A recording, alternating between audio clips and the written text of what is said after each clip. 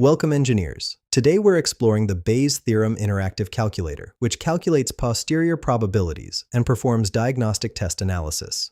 The calculator has 5 calculation modes: posterior probability standard Bayes, diagnostic test analysis PPV-NPV, solve for prior probability, solve for likelihood ratio, and multiple hypothesis comparison. For this demonstration, I'm using posterior probability mode. The main input fields are prior probability PH, which I'll set to 0.01 PEAH, true positive rate at 0.95, and PENH, false positive rate at 0.05.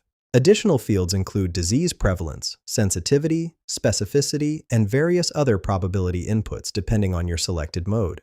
Let's calculate. With our prior probability of 1%, true positive rate of 95%, and false positive rate of 5%, the calculator returns a posterior probability of 16.1017%. The prior odds are 0.0111101, while posterior odds jump to 0.1911919.